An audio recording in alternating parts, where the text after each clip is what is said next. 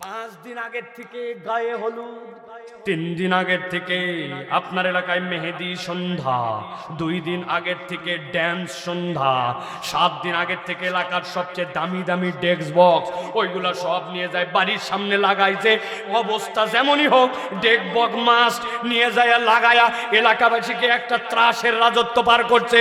সকাল বিকাল সন্ধ্যা রাত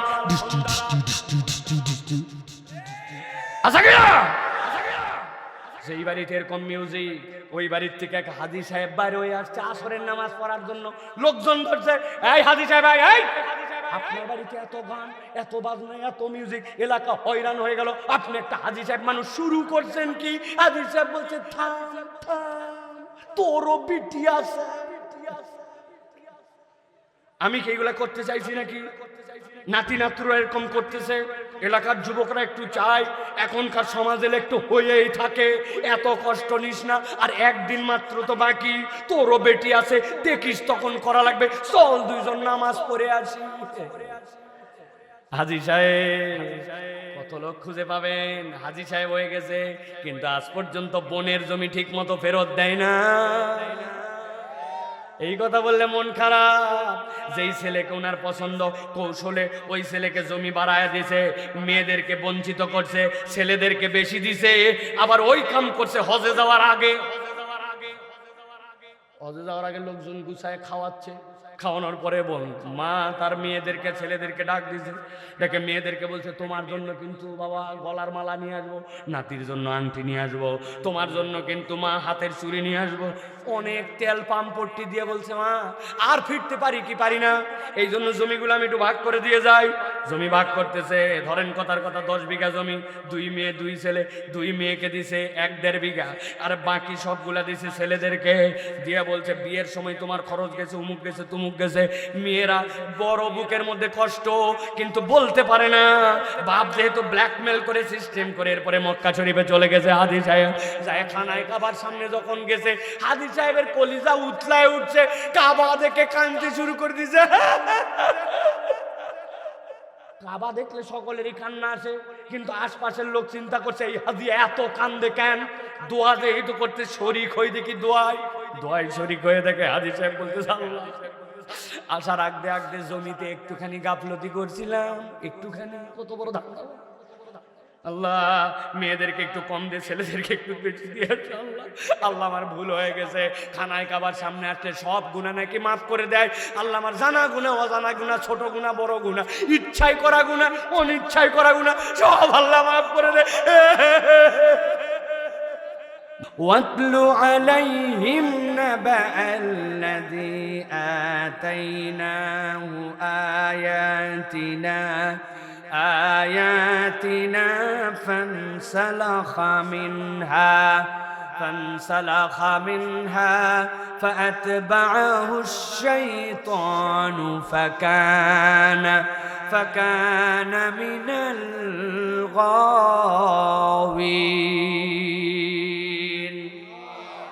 আমার আল্লাহ রাব্বুল আলামিন বলছেন, ও আমার হাবিব, আপনার কাছে এখন যে আয়াতে কারিমা দেওয়া হচ্ছে, কিয়ামত পর্যন্ত আর কোনো পয়গম্বর আসবেন না। আপনার প্রতি দায়িত্ব দেওয়া হলো আপনি আয়াতগুলো আপনার উম্মতের কাছে তেলাওয়াত করেন। আর আপনাকে যে তেলাওয়াত করতে বলা হলো এটারও একটা ইউনিক কারণ আছে। আল্লাহ নবী সাল্লাল্লাহু আলাইহি সাল্লামের প্রতি যত ধরনের ওহী আসছে, এই ওহীগুলার মুখাতেব যখন নবীকে বানানো হয়েছে, ডাইরেক্ট আল্লাহ রাব্বুল আমিন বান্দার সাথে কথা বলেন নাই, কিন্তু বলেছেন ইয়া আইয়ুহান নাস, ইয়া আইয়ুহাল ইনসান। ওই শব্দ এসেছে মানুষ, শব্দ এনেছে আল্লাহ রাব্বুল আমিনের পক্ষ থেকে, আল্লাহর বান্দা। কিন্তু আল্লাহ মুখাতেব প্রথমে বানিয়েছেন আপনার আমার নবীকে। আল্লাহ এরপরে বলেছেন ইয়া আইয়ুহাল মুমিন। আল্লাহ কোন মুমিনের প্রতি ওহী দেন নাই, কিন্তু রব্বুল আলামিন ওই বাক্যটা নবীর প্রতি আগে দিয়েছেন, দেওয়ার পরে আল্লাহ রাব্বুল আলামিন ওই ওহী দিয়েছেন। কিন্তু আল্লাহ এই জায়গায় বলেছেন ওয়াতলু আলাইহিম ও আমার হাবিব আপনি তেলাওয়াত করেন।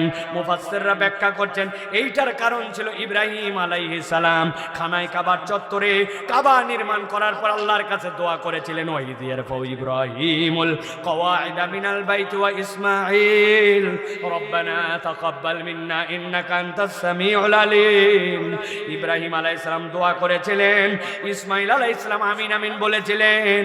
আল্লাহ বলছেন খানায় কাবার মকবুলের জন্য দোয়া করলেন। আমি আল্লাহ আপনার অন্তরে আরেকটা দোয়া দিলাম, আপনি এটা আল্লাহর কাছে ফরিয়াদ করেন। তিনি ফরিয়াদ করলেন, রব্বানা ওয়াবা'থ ফীহিম রাসূলাম মিনহুম, আল্লাহ আমার বংশ থেকে এমন একজন পয়গম্বর পাঠান যেই লোকটা ইয়াতলু আলাইহিম তেলাওয়াত করে করে শোনাবে তাদের কাছে আল্লাহর আয়াত, ওয়া ইউযাক্কিহিম তাদেরকে পরিচ্ছন্ন করবে, তাজকিয়ায়ে নফস করবে। 3 নম্বরে ইউআল্লিমুহুমুল কিতাবা ওয়াল হিকমা। আল্লাহ নবী বলছেন ওই জায়গাতে ইব্রাহিম খলিলুল্লাহ দোয়া করেছিলেন, ইসমাইল জবিহুল্লাহ আল্লাহর কাছে আমিন বলেছিলেন। জায়গাটার নাম ছিল বাইতুল্লাহ। যার জন্য দোয়া করেছিলেন তিনি হচ্ছে আমি হাবিবুল্লাহ মুহাম্মদ সাল্লাল্লাহু আলাইহি সাল্লাম। আল্লাহর কাছে বলেছিলেন ওয়াতলু আলাইহিম, ঈসা আলাইহিস সালাম থেকে আল্লাহ এত পয়গম্বর দিয়েছেন, আল্লাহ ছাড়া কেউ বলতে পারে না সংখ্যা কত, কিন্তু ইসমাইল আলাইহিস সালাম থেকে মাত্র একজন পয়গম্বর, তিনি আপনার আমার নবী মুহাম্মদ সাল্লাল্লাহু আলাইহি সাল্লাম, খাতামুন নবিয়্যিন, ইমামুল মুরসালিন। সুবহানাল্লাহ। আল্লাহ বললেন ওয়াতলু আলাইহিম, আপনি জান তেলাওয়াত করেন, নাবা আল্লাযী, এমন একটা ঘটনা, আল্লাযী যাকে আতাইনাহু আমার পক্ষ থেকে আয়াত দেওয়া হয়েছিল, আয়াতিনা আমি যাকে দিয়েছিলাম আমার পক্ষ থেকে আয়াত। হযরত আব্দুল্লাহ ইবনে মাসউদ বলছেন ওই ব্যক্তির কথা আল্লাহ এখানে বলছেন যেই ব্যক্তিটা আমাদের জেনারেশনের নয়, ও ছিল মূসা আলাইহিস সালামের সময়ের, লোকটার নাম ছিল বালআম ইবনে আবার। জোয়া কোয়ালিটি ছিল তার একটা অনন্য, আল্লাহর কাছে যা দোয়া করত, ফেরাউনের সময়ের মানুষ হলেও এমন আল্লাহর প্রিয় পাত্র, দোয়া করতে দেরি কবুল হতে দেরি নাই। সুবহানাল্লাহ। ফেরাউনের লোকেরা গেল, যাওয়ার পরে বললাম বালাম তোমার কাছে একটা দোয়ার জন্য আসছি, কি দোয়া বলো? বলে আমাদের সমাজে এমন একজন লোক আসছে, ফিতনা ছড়ায়, আমাদের মধ্যে গন্ডগোল লাগায়, আমাদের সমাজের মধ্যে বিভক্তি করে দিচ্ছে। ফেরাউনকে আনা রব্বুকুমুল আলা বললে তার সাথে সে যে যুদ্ধ লাগাই দিচ্ছে, কথাবার্তা দিয়ে তর্ক করতেছে, সমাজে অশান্তি। অতএব তুমি একটুখানি মুসার বদদোয়া করো মুসার বিপক্ষে, যেন আল্লাহ মুসাকে ধ্বংস করে দেয়। বালাম বলল তার বিপক্ষে কি আমাকে দোয়া করতে বলতেছ? আমি তো তার কতকগুলা জিনিস শুনেছি। কি শুনেছ? বলে আমি শুনেছি সেই লোক যখন নিজের বগলের নিচে হাত দেয়, এরপরে হাত যখন বের করে হাত দিয়ে আলো বের হয়, এরপরে আবার যখন বগলের নিচে নিয়ে যায় আলো বন্ধ হয়ে যায়, আলোটা এত ফোকাস কিন্তু হাত তো পড়ে না। তারপরে আমি শুনেছি মেষের পাল নিয়ে যখন মাঠে যায়, যাওয়ার পরে মেষ চড়াতে চড়াতে এই বেচারি ঘুমায় যায়, কিন্তু হাতের মধ্যে একটা লাঠি আছে, লাঠিটা মাটির মধ্যে গেড়ে দেয়, গেড়ে দেওয়ার পরে যখন ঘুমায়, কোনো একটা মেষ যদি পালের থেকে বের হয়ে অন্যদিকে যায়, লাঠি একাই উঠে যায়, পিটায়া ওই মেষকে লাইন মতো নিয়ে আসে, আবার লাঠি দাঁড়ায় যায়। কোন জাদুকর যত বড় জাদুকর হোক, যদি ঘুমায় যায় তার জাদুর কাজ শেষ। কিন্তু আমার তো মনে হয় এই লোক জাদুকর নয়, এই লোক হলেও হতে পারে আল্লাহর নবী। সাথে সাথে যতগুলা লোক আসছে তারা বলল বালাম তোমার কাছে কি আমরা ওয়াজ শোনার জন্য আসছি নাকি মিয়া? খালি আমাদের স্বার্থে আসছি নাকি তোমারও স্বার্থ আছে? বলে কি স্বার্থ? আমার স্বার্থ হচ্ছে আজকে তোমার দোয়া কবুল হয় বলে আমরা তোমার কাছে আসি, হাদিয়া তোহফা দেই, তোমার সমাজে দাম আছে। এখন ওই লোক যদি সমাজে আরেকজন হয় যার দোয়া কবুল হয়, যার কাছে মানুষজন যায়, তোমার তো তাহলে সমাজে কোনো ভ্যালু থাকবে না। মিয়া তোমার ইজ্জত যেন ঠিক থাকে, এক এলাকায় যেন একটাই বাঘ থাকে, তোমার স্বার্থের জন্য আসছি আমরা, দোয়া করবে কিনা ভাবে দেখো। আল্লাহ বলছেন গভীর মনোযোগ, আল্লাযী আতাইনাহু আয়াতিনা, আমি আল্লাহ যাকে আমার নিদর্শন দিয়েছিলাম চেনার মতো, কিন্তু সে সাথে সাথে গাফেল হয়ে গেল। ফানসালাখা মিনহা, আল্লাহ বলছেন সে সেখান থেকে মুখ ফিরাই নিল, মুখ ফিরাই নিয়ে আল্লাহর কাছে দোয়া করলো, আল্লাহ মুসাকে ধ্বংস করে দাও। সাথে সাথে আল্লাহ তাকে ইলহাম করে জানালেন তুমি এমন একটা বিষয়ে দোয়া করেছো, এই দোয়া তো কবুল নয় এরকম নয়, তুমি যতদিন দুনিয়ায় বেঁচে থাকবে তোমার আর কোনো দোয়া আল্লাহর কাছে কবুল হবে না। এক নম্বরে আল্লাহ বলছেন আল্লাহর আয়াত জেনে বুঝে তারপরে আল্লাহর আয়াত অস্বীকার করে, আমি আপনাদের কাছে জিজ্ঞাসা করি, বলেন তো ভাই, আমাদের সমাজে এরকম মানুষ আছে কিনা যেই লোক আল্লাহর নিদর্শন, আল্লাহর হুকুম, হালাল, আল্লাহর পক্ষ থেকে নির্দেশ এইটা জানে, কিন্তু জানার পরেও সেটা গাজোয়ারি করে নিজের ইচ্ছায় সেইটা ত্যাগ করে? এরকম লোক আছে কিনা? বুঝে বলেন আছে? দেখেন তো, আমি একটা লোককে চিনাই, আপনাদের এলাকায় এরকম লোক আছে কিনা ভাই? 27শে রমজান 28শে রমজান ঈদের ছুটিতে বাড়িতে আসবে, কুড়িগ্রাম ঢাকা থেকে রওনা দিয়েছে। বাসের মধ্যে কোনো সিট নাই, এমন ক্রাইসিস, কোন রকম বাসের ভিতর ঢুকছে, ঢোকার পরে রড ধরে ঝুলে ঝুলে দাঁড়ায় আছে। বসার জায়গা তো দূরের কথা, দাঁড়াতেও পারে না, এত চাপ, এত ভিড়। হঠাৎ করে যখন ঢাকা থেকে বাসটা বের হচ্ছে, এমন সময় আসরের আজান ওই ব্যক্তির কানে গেছে, হাইয়া আলাস সালাহ। অন্তরের মধ্যে তার জ্বালা শুরু হয়ে গেছে, কেমনে নামাজ পড়ি, কিন্তু বাস তো দাঁড়ায় না, অজু তো নাই, তায়াম্মুম করব পরিবেশ নাই, দাঁড়ায় যে নামাজ পড়বো কেবলা ঠিক নাই। ওই ব্যক্তি তর পাচ্ছে কিন্তু নামাজ পড়তে পারে নাই। এরকম করতে করতে তার আসরের নামাজটা কাজা হয়ে গেছে। বুঝে থাকলে মাথা কাটায় উত্তর দেন, এই লোক যে নামাজটা পড়তে পারলো না, এইটাকেই নামাজটা বাদ দিস ওই লোক, ইচ্ছা করে না অনিচ্ছায়? অনিচ্ছায়, ইচ্ছা ছিল কিন্তু উপায় ছিল না। কিন্তু আপনার এলাকায় এরকম লোক আছে কিনা? আসরের আজান হয়ে গেছে, মাঠের কাজ চাইলে বন্ধ করতে পারে, বন্ধ করে নাই। রিক্সা চালানো বন্ধ করতে পারে, করে নাই। আশপাশের দোকানে চা খাচ্ছে, ঘুরে বেড়াচ্ছে, মোবাইল টিপতেছে আর ঘুরতেছে, বাড়ির মধ্যে শুয়ে আছে, কিন্তু তারপরেও নামাজ পড়ে না। বুঝে থাকলে বলেন তো, যেই লোকটা এইভাবে নামাজ বাদ দিল, ওই লোকটা কি নামাজ অনিচ্ছায় বাদ দিছে না ইচ্ছায়? আল্লাহ বলতেছেন, ভালো করে 1 নম্বর কারণটা মুখস্থ রাখেন। আল্লাহ বলছেন, আল্লাযী আতাইনাহু আয়াতিনা ফানসালাকা মিনহা। আল্লাহর আয়াত জানে, হালাল জানে, আল্লাহর নির্দেশ জানে, জানার পরেও ইচ্ছা করে সেখান থেকে মুখ ফিরায়। আল্লাহ বলছেন, যেই বেটা ইচ্ছা করে মুখ ফিরায়, আল্লাহ তাকে 2 নম্বর একটা অপরাধের মধ্যে ফেলে দেন। আল্লাহ বলছেন, ফাতবাহু শাইতান ফাকানা মিনাল গাওয়িন। আল্লাহ বলছেন, একবার যদি কেউ জেনে বুঝে আল্লাহর আয়াত থেকে মুখ ফিরায় নাই, আল্লাহ বলছেন সাথে সাথে শয়তান তার পিছে লেগে যায়। আর একবার শয়তান যার পিছে লাগে, ফাকানা মিনাল গাওয়িন, আল্লাহ বলছেন অবশ্যই অবশ্যই সে পথভ্রষ্ট হয়ে যায়। নাউজুবিল্লাহ। কথাটার মধ্যে একটু বুঝার কথা আছে, খেয়াল করেন। আপনারা বকেন কিনা, আমরা মাঝে মাঝে বাচ্চা কাচ্চাকে বকাবকি করে, আই আই শয়তানি করবে না, আই বাদরামি করবে না, আই দুষ্টামি করবে না, এই কাজ শয়তানি, কিন্তু শয়তানি ছাড় বলি কিনা ভাই? এটার মানে কি? ওই ছেলেটা যেই কাজ করছে আপনি বুঝতেছেন এটা শয়তানি কাজ, অথবা এই কাজ করলে শয়তানের অনুসরণ করা হয়, এই কাজ করলে শয়তানকে সে আপন ভেবে নিয়ে শয়তানের পথে চলতে শুরু করে, এই জন্য বলছে এই কাজ করবি না, শয়তানি করবে না, বলি কিনা? কিন্তু আল্লাহ বলতেছেন ভিন্ন কথা। একবার যদি জেনে বুঝে আপনি আল্লাহর আয়াত থেকে মুখ ফিরান, আপনি শয়তানের অনুসরণ করেন না, ফাতবাহু শাইতান, আল্লাহ বলছেন শয়তান তার পিছে লেগে যায়। আর একবার শয়তান যার পিছে লাগে, আল্লাহ বলছেন ফাকানা মিনাল গাওয়িন, আমি আল্লাহ জানালাম সে অবশ্যই অবশ্যই পথভ্রষ্ট হয়ে যায়। এই জায়গায় তাহলে অপরাধ হচ্ছে 2টা। কয়টা? কথা বলেন, কয়টা? আল্লাহ বলছেন, নবী সামনে বেরোন, চলেন সামনে দিকে আগায়। আল্লাহ বলছেন, ওয়ালাউ শি'না লারাফানাহু বিহা। ওই লোকেরা জেনে বুঝে আল্লাহর আয়াতকে ত্যাগ করলো, আল্লাহর নিদর্শন থেকে মুখ ফিরায় নিল, আল্লাহর হুকুমের বরখেলাপ করলো। আল্লাহ বলছেন, ওয়ালাউ শি'না, যদি আমি চাইতাম, লারাফানাহু বিহা, ওরা যদি আল্লাহর কথা মতো চলতো, আমি আল্লাহ তাদের মর্যাদা আসমানে উঠাই দিতাম। সুবহানাল্লাহ। কিন্তু কি করলো? আল্লাহ বলছেন আগে করছে 2টা অপরাধ। আল্লাহ রাব্বুল আমিন আয়াত থেকে মুখ ফিরায় নিছে, শয়তানের অনুগামী হয়েছে। আল্লাহ বলছেন এত দূরই নয়, সে আরো 2টা নতুন করে অপরাধের মধ্যে যুক্ত হয়ে গেল। তাহলে বলেন, আগে ছিল অপরাধ 2টা, সামনে আরো 2টা, টোটাল অপরাধ তাহলে কয়টা?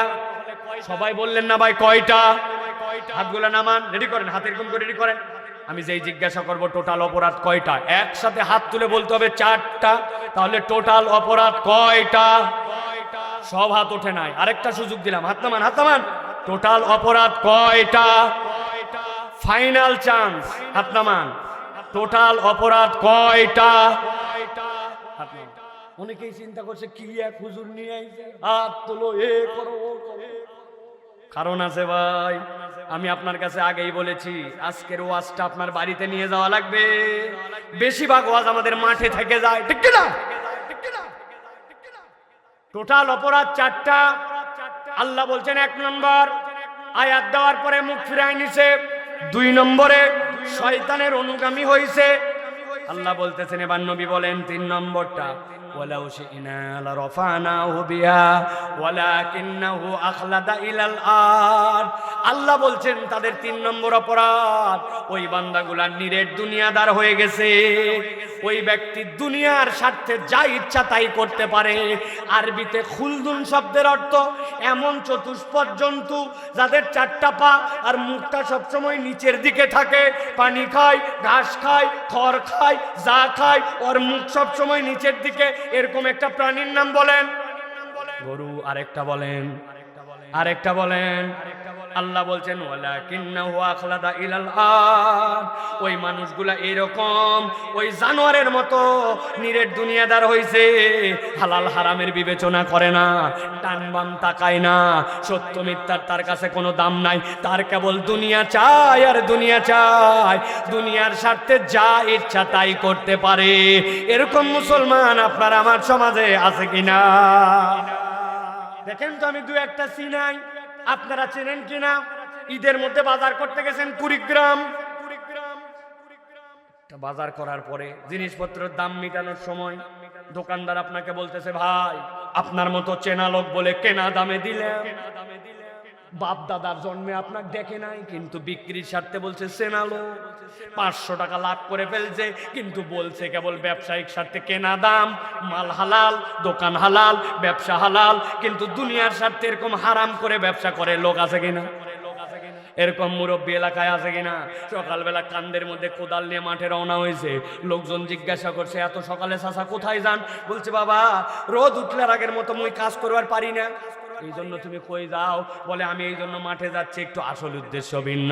উনার সাথে যার জমি লাগানো ওই পারের জমিওয়ালা এখনো আল কাটে পারে নাই। মুরব্বী ওই লোকের আল কাটার আগে কোদাল দিয়া কোপায়া আল কাটার নামে নিজের জমিটা 4 আঙ্গুল একটু ঠেলতে চায়। এলাকায় নাই এত বড় দাড়িওয়ালা, 5 ওয়াক্ত নামাজ পড়ে, কিন্তু মুরব্বী যে আল ঠেললো মাত্র 4 আঙ্গুল জমি বাড়াইছে, ওইটার মধ্যে হয়েছে 5 কেজি, আর এই পাশে আছে তার 20% জমি, ওইখানে হয়েছে তার জন্য 20 মণ। 20 মণ তার হালাল, কিন্তু 5 কেজির লোভ সামলাতে না পেরে ওর সাথে মিশায় ফেলছে। নিরেট দুনিয়াদার, নামাজ পড়ে, ইসলাম মানে এইটা করা না জায়েজ, জানার পরেও ওই ব্যক্তি এরকম আল ঠালে। এরকম মুসলমান আছে কিনা? আমার আল্লাহ বলছেন ওয়ালাকিন্নাহু আখলাদা ইলাল আরদ।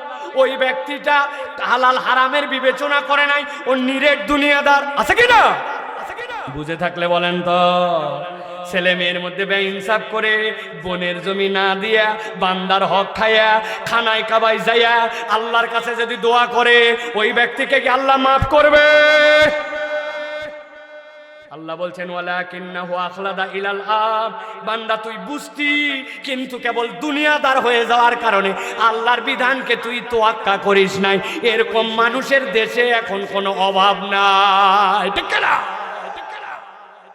হুজুরের নামাজের পরে একজন যায় নামাজ খুঁজতো, আরেকজন এক রাত্রে কমসে কম 70 রাকাত হাঁকাতো। চিনেন না আপনারা তাদেরকে? ওই মানুষগুলাই আলেমদেরকে জেলের মধ্যে ভরে রাখছে, আয়না ঘর বানাইছে, ওই মানুষগুলাই মিথ্যা মামলায় ফাঁসাইছে, ওই মানুষগুলাই আলেম ওলামাদেরকে ফাঁসির কাস্টে ঝুলাইছে। ওরাও মুসলমান পরিচয় দিত। মুসলমান হওয়া কিন্তু এত সোজা নয়। ভালো করে বোঝেন। আল্লাহ বলছেন ওয়ালাকিন্নাহু আখলাদা ইলাল আরদ। ওই মানুষগুলা নিরেট দুনিয়াদার। এইগুলা কথা শুনলে এখনো অনেকের অন্তর জ্বলে, আছে কিনা? বলতে পারে না, এখন আমাদের সাথে তালে তালে চলতেছে, কিন্তু ওইগুলা বিষ নিয়ে বসে আছে, সুযোগ পালেই ফোঁস করবে, ঠিক কিনা? এজন্য আমাদেরকে সজাগ থাকতে হবে। সাপ বেঁচে থাকবে সমস্যা নাই, কিন্তু বিষ দাঁত উঠায় ফেলতে হবে, ঠিক কিনা? যার যে অপরাধের বিচার করতে হবে। কোন সংস্কার মস্কার কিচ্ছু চিনি না, বিচার চাই, ঠিক কিনা? কিসের সংস্কার? আগে বিচার। বিচারই সবচেয়ে বড় সংস্কার, ঠিক না? আগে চোর মুক্ত সমাজ বানাতে হবে, তারপরে উন্নয়ন। 3 নম্বরে আল্লাহ বলছেন মনে রাখেন, নিরেট দুনিয়াদার, হালাল হারাম মানে না, নিজের ইচ্ছা মতো তার জীবন চালায়, দুনিয়ার সাথে যা ইচ্ছা করতে পারে। আল্লাহ বলছেন এরপরে 4 নম্বর অপরাধ ওই মানুষগুলার জন্য ওয়াত্তাবা হাওয়া। নবী বলছেন আপনি জানাই দেন, নবীকে বলছেন আল্লাহ, ওয়াত্তাবা হাওয়া, ওই মানুষগুলা আল্লাহর আয়াত থেকে মুখ ফিরাইছে, শয়তান তাদের অনুগামী, নিরেট দুনিয়াদার হয়েছে। আর 4 নম্বর ওয়াত্তাবা হাওয়া, মন পছন্দ জিন্দেগি চালায়, তার দিল যতটুকু টানে ততটুকু ইসলাম পালন করে, আবার যেইটুকু তার দিল টানে না ওইটুকু ইসলাম পালন করে না, তার ইচ্ছা মতো আল্লাহকে মানে, ইচ্ছা মতো আল্লাহকে বাদ দেয়। এরকম লোক আপনার এলাকায় আছে কিনা? একটু আওয়াজ দিয়ে বলেন আছে কিনা? আছে বলেন না, আল্লাহর রাস্তে বলেন আমরা আছে। আবার কি? 2-1জনকে চিনাই, দেখেন আপনাদের এলাকায় আছে কিনা, চেনেন কিনা এরকম নিরেট এরকম ভাবে মন পছন্দ জিন্দেগি চালায়, তার দিল যতটুকু থাকে ততটুকু ইসলাম পালন করে। ও মুরব্বী 70+ বয়স, মুখে আপনার দাড়ি নাই কেন? কি সমস্যা? যে বাবা তোমার চাচি আম্মা দাড়ি লাইক করে না, আছে কি না? উনার চাচি আম্মা লাইক করে না জন্য মুখে দাড়ি রাখে না। জিজ্ঞাসা করছে যুবক দাড়ি নাই কেন? বলতেছে সামনে আমার বিয়ের কথাবার্তা চলতেছে, আমার সাথে বিয়ের কথাবার্তা ওই মেয়ে পক্ষ আগেই বলে দিছে কোনো হুজুর চেহারা দাড়িওয়ালার সাথে বিয়ে হবে না, এই জন্য দাড়ি রাখতে পারি না। আমি আপনার কাছে মাসলা জানাই যাই, কোন মহিলা যদি বলে দাড়িওয়ালাকে বিয়ে করবে না, শরীয়ত বলতেছে এটা ফিস্ক, আর প্রকাশ্য ফাসেককে জেনে বুঝে আপনার সংসারে বিয়ে করা জায়েজ নাই, ঠিক না? দাড়ি তাহলে রাখতে পারেন না কেন? বলে আনস্মার্ট লাগে। এই কথার ধাক্কা কত দূর জানেন? ইন্নাকা লাআলা খুলুকিন আযীম। আল্লাহ বলতেছেন হে নবী আপনাকে পৃথিবীর সেরা স্মার্ট বানানো হয়েছে, আপনি বলছেন দাড়ি রাখলে আনস্মার্ট লাগে, তার মানে আপনি নবীকে আনস্মার্ট বানান। আপনি যদি জেনে বুঝে এই কথা বলেন আপনার ঈমান চলে যেতে পারে, ঠিক না? ঢাকাতে নাকি এক স্যার তার স্টুডেন্টকে বলছে এই তোকে দেখলে তো আমার ছাগল লাগে। বলছে কেন স্যার? বলছে তোর মুখের দাড়িটা তো ছাগল মার্কা। আপনি বলছেন নাউজুবিল্লাহ, কিন্তু এই ছেলে ভেরি স্মার্ট, ও বলতেছে you are absolutely right sir, আপনি যা বলছেন কথা ঠিক। স্যার তো ঘাবড়ায় গেছে, কি আমি বললাম ছাগল টিটকারি করে, আর ওই বলে আপনি যা বলছেন তাই ঠিক, কি সাংঘাতিক কথা। বলছে হ্যাঁ স্যার আমি যেমন তেমনই তো আপনি বলছেন, তবে স্যার আমার মনেও একটা কথা আছে, আপনি সাহস দিলে বলতে পারি। বলছে বল বেটা। সেই বেটা এটাকে অ্যাবসলিউটলি রাইট বলতে পারে, সে একটা কথা বলতেই পারে। বলে স্যার আমার ছাগলের মতো এরকম ছোট দাড়ি, এই জন্য আমাকে দেখতে ছাগল লাগে, তবে যতবারই আপনার চেহারার দিকে আমি তাকাই ততবারই আপনাকে আমার কুত্তা লাগে। কুত্তার মুখে দাঁড়িয়ে আছে তো। প্রিয় ভাইয়েরা, তাহলে আমি দাঁড়িয়ে রাখতে পারলাম না কেন? নিজে মুসলমান, নামাজ পড়ি, ওয়াত্তাবা হাওয়া কিচ্ছু নয়, কেবল আমার মন চাই না, আমার মনকে আমি ইলা বানাইছি, এই জন্য আমি আল্লাহর এই হুকুম থেকে ইচ্ছা মতো নিজেকে দূরে সরায় রাখি অনেক সময়, ঠিক না? ভালো করে জিজ্ঞাসা করে আপনার এলাকায় বিয়ে শাদী হয়? কথা বললে না হয়? বিয়ে শাদী হয়। ইসলামে বিয়ের বিধান 3টা, খেয়াল করেন। 1 নম্বরে ইজাবার কবুল ফরজ, 2 নম্বরে আল্লাহ রাব্বুল আমিন বলছেন ওয়াতুন নিসা সাদুকাতিহিন্না নিহলা, মেয়েদের জন্য তোমরা সামর্থ্য অনুযায়ী দেনমোহর দিয়ে দাও। 3 নম্বরে আল্লাহ রাব্বুল আমিনের নবী বলছেন আউলিম ওয়ালাউ বিশাতিন, ছেলের বাড়িতে নিয়ে আসার পরে একটা অলিমার অনুষ্ঠান করো, এটা ছেলের জন্য দায়িত্ব। তাহলে ইসলামের বিয়ের আনন্দ, ইসলামের বিয়ের ফুর্তি, ইসলামের বিয়ের মজা সবগুলা ইজাব কবুল, সবগুলা দেনমোহর, সবগুলা অলিমার অনুষ্ঠান এর মধ্যেই শেষ। কিন্তু আমি জিজ্ঞাসা করতে চাই আপনাদের নাকারগঞ্জ, নাগেশ্বরী, কুড়িগ্রাম এই এলাকার বিয়ে কি এর মধ্যেই শেষ না আরো কিছু আছে? কি আছে? 5 দিন আগের থেকে গায়ে হলুদ, 3 দিন আগের থেকে আপনার এলাকায় মেহেদি সন্ধ্যা, 2 দিন আগের থেকে ড্যান্স সন্ধ্যা, 7 দিন আগের থেকে এলাকার সবচেয়ে দামি ডেস্ক বক্স ওইগুলা সব নিয়ে যায় বাড়ির সামনে লাগাইছে। অবস্থা যেমনই হোক ডেস্ক বক্স মাস্ট নিয়ে যায় লাগায়া এলাকাবাসীকে একটা ত্রাসের রাজত্ব পার করছে। সকাল বিকাল সন্ধ্যা রাত আচ্ছা যেই বাড়িতে এরকম মিউজিক, ওই বাড়ির থেকে এক হাজি সাহেব বাইরে হয়ে আসছে আসরের নামাজ পড়ার জন্য। লোকজন ধরছে, এই হাজি সাহেব, এই আপনার বাড়িতে এত গান, এত বাজনা, এত মিউজিক, এলাকা হয়রান হয়ে গেল, আপনি একটা হাজি সাহেব মানুষ শুরু করছেন কি? হাজি সাহেব বলছে, থাম থাম, তোরও বিটি আছে। আমি কি এগুলা করতে চাইছি নাকি? নাতি নাতুরা এরকম করতেছে, এলাকার যুবকরা একটু চায় এখনকার সমাজে একটু হয়েই থাকে, এত কষ্ট নিস না, আর একদিন মাত্র তো বাকি, তোরও বেটি আছে, দেখিস তখন করা লাগবে, চল দুইজন নামাজ পড়ে আসি। হাজি সাহেব, নামাজি সাহেব, কিন্তু উনিও সমাজকে ইলা বানাইছে। এলাকাবাসী চাই ওইটাকে ওনার অন্তরের নফসের পছন্দ বানাইছে। আল্লাহর ঘর তওয়াফও করছে, আবার গান বাজনাকেও সমর্থন করে। বুঝে থাকলে মাথা ঠান্ডা খাটায় বলেন, এই রকম হাজি সাহেব মার্কা, নামাজি সাহেব মার্কা মুসলমান আপনার আমার সমাজে আছে কিনা? আল্লাহ বলছেন, ওয়াত্তাবা হাওয়া, ওই ব্যক্তি তার মন পছন্দ জিন্দেগি চালায়। আল্লাহ বলছেন এটা হচ্ছে তার 4 নম্বর অপরাধ। এইগুলা তো গেল নরমাল, এটার আরো টপ লেভেল আছে। দু একটা বলবো।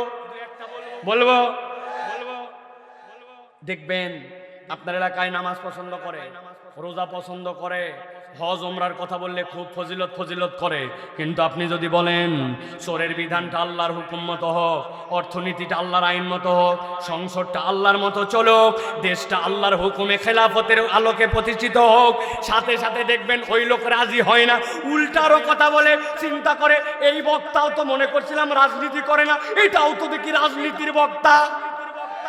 আছে কিনা? ভিতরে নিতে পারে না, আছে কিনা? আপনি আপনার মন পছন্দ জিন্দেগি চালাচ্ছেন। আল্লাহ বলছেন, ইন্নাদ দীনা ইনদাল্লাহিল ইসলাম, আল ইয়াউমা আকমালতু লাকুম দীনাকুম ওয়া আতমামতু আলাইকুম নি'মাতি। রব্বুল আলামিন সব বিধানের মধ্যে দিলেন, আপনি নামাজ রোজাকে নিলেন, আর আল্লাহর ওই বিধানের কথা বললে আপনি তেলে বেগুনে জ্বলে ওঠেন। আবার কতগুলা লোক আছে এরকম, নামাজ রোজা হজ যাকাত শুনবে, কিন্তু যেই না আপনি জিহাদের কথা বলবেন, ওই লোকের ভিতরে তখন জঙ্গিবাদের কথা মনে হয়, জিহাদকে জঙ্গিবাদ বলে। মুসলমান নামদারি মুনাফিকের কম আছে কি নাই? আল্লাহ বলছেন সাবধান, ওয়াত্তাবা হাওয়া, এইটা তোমার মন পছন্দ জিন্দেগি। আমার আলোচনা শেষের দিকে ভালো করে খেয়াল করেন। আল্লাহ বলছেন 1 নম্বর, আল্লাযী আতাইনাহু আয়াতিনা ফানসালাকা মিনহা, আয়াত দেওয়া হয়েছিল, মুখ ফিরাইছে। 2 নম্বরে ফাতবাহু শয়তান, শয়তান তার পিছে লাগছে। ওয়ালাকিন্নাহু আখলাদা ইলাল আরদ, নিরেট দুনিয়াদার হয়ে গেছে, হালাল হারাম সত্য মিথ্যা গোনে না। 4 নম্বরে আল্লাহ বলতেছেন ওই মানুষগুলো ওয়াত্তাবা হাওয়া, মন পছন্দ জীবন চালায়, আল্লাহ পছন্দ নয়। আল্লাহ বলছেন নবী আপনি বলে দেন, যেই মানুষের এই 4টা অপরাধ থাকবে, আমি আল্লাহর কাছে তাদের একটা উদাহরণ আছে। আল্লাহ বলছেন সামনে বলেন, ফামাসালুহু কামাসালিল কালব। আল্লাহ বলছেন নবী আপনি বলে দেন, এই 4 দোষে দুষ্ট যারা, তাদের উদাহরণ আল্লাহর কাছে কুকুরের মতো। কার মতো? জোরে বলেন, কার মতো? বলেন কুকুরের মতো। জোরে বলেন, বলেন কুত্তার মতো। আরেকবার জোরে বলেন, কুকুরের মতো। চিন্তা করছে হুজুর, এক কুত্তাও সারবার বলা ব্যাপার কি? বিনা কারণে না। আপনাদের ধারণা অনেকের ভুল। চিন্তা করতেছেন এই 4 অপরাধ যার মধ্যে আছে, নিশ্চয়ই কুত্তা একটা নিকৃষ্ট প্রাণী, খারাপ প্রাণী, আল্লাহ রাব্বুল আমিনের বাজে সৃষ্টি, আল্লাহ রাব্বুল আমিনের অপছন্দনীয় সৃষ্টি। এই জন্য আল্লাহ কুত্তার কথা বলেছেন না, না, না, আল্লাহ রাব্বুল আমিন এই জন্য কুকুরের উদাহরণ দেন নাই। আমি আমার ভাষায় বলি, দুনিয়াতে অনেক কুকুর আছে, অনেক প্রাণী আছে যেইগুলা মানুষের থেকে বিশ্বস্ত, মানুষের থেকে এই দুনিয়ার বুকে ওই কুকুরগুলা দেখবেন কৃতজ্ঞ। আছে কিনা? আছে কিনা? আপনি খোঁজ খবর নিয়ে দেখবেন। সাম্প্রতিক একটা ভিডিও দেখছি, মোবাইলের মধ্যে আসছে, এক মহিলা একটা হাতি পালতো। ওই মহিলা অসুস্থ, হাসপাতালে আছে। ওই হাতি কানতে কানতে 5 দিন খায় নাই। এরপরে ওই মালিকের কাছে নিয়ে যাওয়া হয়েছে, পা গেড়ে গেড়ে ওই হাতি ওই বাড়ি ওই হাসপাতালে ঢুকছে। ঢুকার পরে তার মালিকের অসুস্থ হাতটা যখন হাতির সুরের কাছে ধরা হয়েছে, ওইটা ধরে চোখ দিয়ে কানছে, কেঁদে কেঁদে কেঁদে এরপরে বাহিরে আসছে। একটা হাতি অনেক সময় তার মালিকের প্রতি কৃতজ্ঞ হয়, আর কুকুর তো আলটিমেটলি অনেক খুঁজে পাবেন যেইগুলা মানুষের থেকেও বেশি কৃতজ্ঞ। ঠিক না? ঠিক না? আপনি ঠিক বলছেন না বুঝে, আর আমার কাছে প্রমাণ আছে ঠিকই। আমি একদিন আমার বাড়ির সামনে চায়ের দোকান, আসরের নামাজের পরে ওই চায়ের দোকানে আমি চা খাওয়ার জন্য বসছি। চা খাওয়ার জন্য যেই না বসছি, ওই বসার পরে আমার একটা বদ অভ্যাস আছে। ওই বদ অভ্যাসটা হচ্ছে, ওই চা যখন আমি খাবো, চায়ের মধ্যে কিছু না কিছু একটু চুবায় খাওয়া লাগে। আপনাদের অভ্যাস আছে নাকি? বিস্কুট চুবাই খান, নানান কিছু চুবাই চুবাই চা খায়। আমার অভ্যাস হচ্ছে একটু বিস্কুট চুবাই চা খাওয়া। হঠাৎ করে উপর দিকে তাকাইছে, কি বিস্কুট আছে, তাকাই দেখি একটা এনার্জি প্লাস। যেই না এনার্জি প্লাস বিস্কুট দেখছি, এনার্জি প্লাস বিস্কুট দেখার পর নামাইছি। নামানোর পরে ওই বিস্কুটের দাম হচ্ছে 5 টাকা। কয় পিস থাকে ভাই? জি না 3 পিস। 1 পিস কমায় দিছে, আপনারা জানেন না? এত বড় বড় এক একটা করে দেখবেন চিপসের প্যাকেট আছে, ঝনঝন ঝনঝন করে খালি বাজে, চিপসের ভিতরে মাল নাই। ঠিক কিনা? কিরে ভাই, মাছের মধ্যে অক্সিজেন দেওয়া লাগে, চিপসের মধ্যে অক্সিজেন ঢুকালি কেন? কথা ঠিক কিনা? তার মানে ফাঁকি দেয়। ওই রকম চায়ের দোকানে আমি বসছি। চায়ের দোকানে বসে যেই না ওই দোকানে বসে আমি এখন চা খাবো, যেই না আমি একটা বিস্কুট নিয়েছি, বিস্কুট নিয়ে চায়ের মধ্যে একটু চুবাইছি। চায়ের মধ্যে চুবানোর সাথে সাথে কোত্থেকে একটা লোক আসছে। একটা লোক এসে আমাকে বলতেছে, সাইফুল্লাহ ভাই, কতদিন ধরে আপনার ওয়াজ শুনি, 5 বছর জীবনে ডাইরেক্ট দেখি নাই, আজকে আপনাকে সরাসরি দেখছি ভাই, আমার তো হাত পা এখন কাঁপতেছে, আপনাকে দেখে তো আমি অবাক হই। দুনিয়ার কথাবার্তা বলে সে এক্সাইটেড। আমি বললাম, ভাই এত যে ডায়লগ দিলেন, এখন পর্যন্ত তো আমাকে সালাম দেন নাই, সালাম দেন। বলছে, ও ভুলে গেছিলাম ভাই, আসসালামু আলাইকুম। সালাম দিছে। সালাম দেওয়ার পর আমি বললাম, ভাই বসেন, আমার সাথে বসে একটু চা খান। এই যে ওই লোক আমার কাছে আসছে, আমার সাথে কথাবার্তা বলছে, বলার পরে ওই লোকের সাথে কথা বলতে যে 10 সেকেন্ড গেছে, আমি চায়ের কাপের মধ্যে বিস্কুটটা ডুবাই রাখছিলাম। যেই না বিস্কুট উঠায় মুখের কাছে নিব, দেখি মুখে বিস্কুট না আসে, বিস্কুট অ্যাক্সিডেন্ট করছে। বিস্কুটটা ভাঙ্গা নিচে পড়ে গেছে। দূরে বসা ছিল এক কুকুর। দেখে কি এক কুকুর কোত্থেকে জানি উঠে আসলো, এসে মাথা নিচু করে লেজ নামায়া নড়তে চড়তে আমার পায়ের কাছে চলে আসছে। আমি চিন্তা করলাম, কিরে আমার পায়ের সাথে তো কুত্তা ঠেকে যাবে। পা যেই না সরাইছে, কুকুর ওই যে আদা বিস্কুট পড়ছে ওই জায়গায়, ওই বিস্কুটের জায়গায় মুখ নামায়া তাকায় দেখি জিব্বা বাইর করে খেলে 3 টান দিতেই শেষ। ওই কুকুর পুরা বিস্কুট খেয়ে ফেলছে, খেয়ে চলে গেছে। আমার ওই দিনের মতো চা খাওয়া শেষ। চা খাই বাড়িতে গেছি।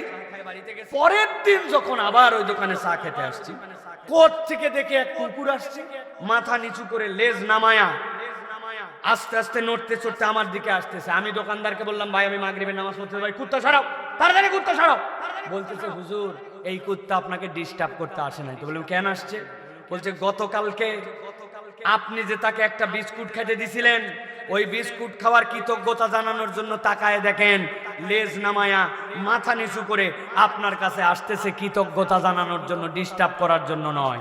আমি আপনাদের কাছে, নাগেশ্বরীর মুসলমানদের কাছে জিজ্ঞাসা করতে চাই, গতকালকে আজকে যেই কুকুর আমার কাছে কৃতজ্ঞতা জানানোর জন্য আসছে, ওই কুকুরকে কি গতকালকে আমি বিস্কুট খাইতে দিছিলাম না পড়ে গেছিল?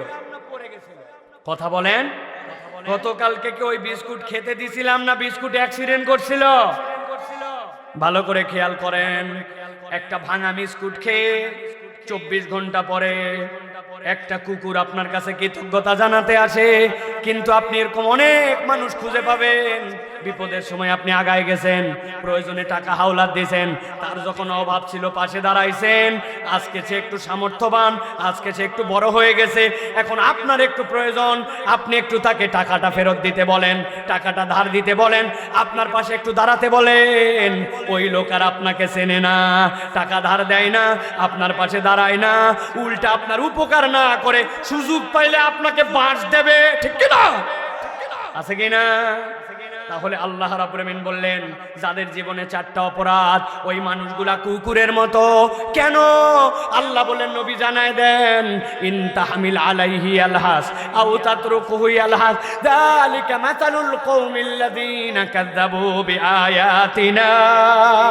আল্লাহ বলছেন, ও আমার হাবিব আপনি বলেন ওই কুকুরটা এই জন্য কুকুরের যে স্বভাব তাদের বলি নাই, বরং আল্লাহ বলছেন কুকুরের একটা স্বভাব আছে, ওই কুকুরকে যদি আপনি কিছু বোঝা চাপান, চাপান না, কিন্তু চাপাইলেও হাঁপাবে, আবার কুকুরকে ছেড়ে দিলেও হাঁপাবে। আরবিতে লাহসুন শব্দের অর্থ পিপাসার্থ হলে জিহ্বা বের করে দিয়ে লালা পড়ে যেইটা, ওইটার কারণে কুকুর কখনো স্থির নয়, কুকুর কখনো শান্ত নয়, কুকুরের জীবনটাও অস্থির। আল্লাহ বলছেন কেউ যদি আল্লাহর আয়াত জেনে বুঝে ত্যাগ করে, শয়তানের অনুগামী হয়, নিরেট দুনিয়াদার হয়ে যায়, আর তার মন পছন্দ জিন্দেগি চালায়, আল্লাহ বলছেন আমিও গ্যারেন্টি দিলাম তার দুনিয়া আখিরাতটা কুকুরের মতো আমি রব্বুল আমিন নিকৃষ্ট আর কুকুরের মতো অস্থির বানায়া দিব। হিসাব মিলান, নিজের জীবনের দিকে তাকান, আমি সহ আমাদের জীবন কি এখন স্থির না অস্থির? চাই চাই আরো চাই, কি চাই কেন চাই? যুবকদের ক্রেজি, তার কোনো সুখ নাই, তার কোনো চাহিদার শেষ নাই। মুরব্বী ক্রেজি, রাজনীতিবিদ ক্রেজি। এক ব্যক্তি এই দেশে ৫৭,০০০ কোটি টাকা পার করে দিছে। এক মানুষের এক জন্ম বাঁচতে কয় টাকা লাগে? অথচ আরো চাই, আরো চাই। ও যুবক, ও মুরব্বী, ও তরুণ, আপনি হয়তো ভাবতেছেন হুজুর দুনিয়ার জীবনে একটু এরকম হয়েই থাকে, ওইরকম একটু অস্থির হলে সমস্যা না, কিন্তু আমি আপনার কাছে শেষ কথায় 1 মিনিট বলতে চাই। এই দুনিয়াতে আল্লাহ রাব্বুল আমিনের সৃষ্টি 3 ধরনের। একটা হচ্ছে আল্লাহ রাব্বুল আমিনের ক্ষণস্থায়ী সৃষ্টি, আরেকটা দীর্ঘস্থায়ী, আরেকটা চিরস্থায়ী। আপনার সামনেই মুরগির বাচ্চা হলো, আপনি জবাই করে খাইয়ে ফেলছেন। পেঁপে গাছ বড় হলো, লাগালেন, দেখলেন, কেটে ফেলেছেন। আপনার সামনেই দেখলেন মাছ পুকুরে ছোট ছিল, বড় হলো, আপনি মাছ শেষে ধরে খেয়ে ফেলেছেন। তাহলে আল্লাহ সৃষ্টি করেছেন, কিন্তু এটা ক্ষণস্থায়ী হয়, আবার আপনার সামনেই শেষ হয়। আরেকটা সৃষ্টি আছে দীর্ঘস্থায়ী, ওই যে আসমান, ওই যে চন্দ্র, ওই যে তারা, ওইটা কবে সৃষ্টি করছেন, ওই যে সমুদ্র, আমি জানি না, কিন্তু ওইটাও আল্লাহ বলেছেন শেষ হবে। সিঙ্গার ফুৎকারের সাথে ওইটাও ধ্বংস হবে। কিন্তু একটা সৃষ্টি আছে আল্লাহর, যেটা কবে ধ্বংস হবে আল্লাহ ছাড়া কেউ জানে না, চিরস্থায়ী সৃষ্টি। আপনাকে আল্লাহ আলমে আরওয়াতে জিজ্ঞাসা করেছিলেন, আলাস্তু বিরব্বিকুম, আমি কি তোমার রব নই? আমরা বলেছিলাম হ্যাঁ আল্লাহ, আপনি আমার রব।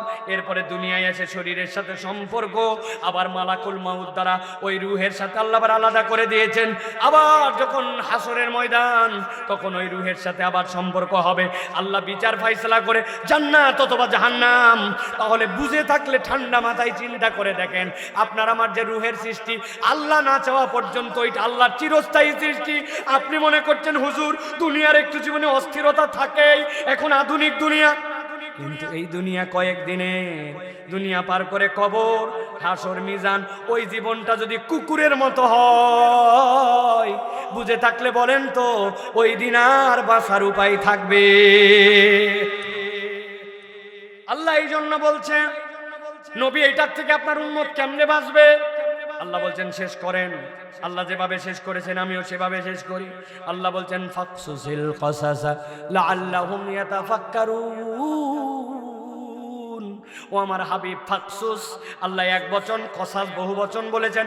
আল্লাহ বলছেন ও আমার হাবিব, প্রথমে বলেছে ওয়াতলু আলাইহিম, আর শেষ করতেছি ফাকসুসিল কসাসা, হে আমার হাবিব আপনি এই ঘটনাটা বলে দেন, লাআল্লাহুম ইয়াতাফাক্কারুন।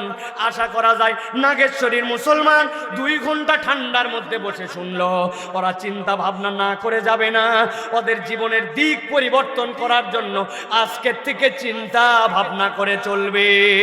ঠিক কি না? তাহলে সিদ্ধান্ত দিতে হবে আজকে যে আমরা কি মানুষের জীবন চাই না কুকুর? কুকুর না মানুষ?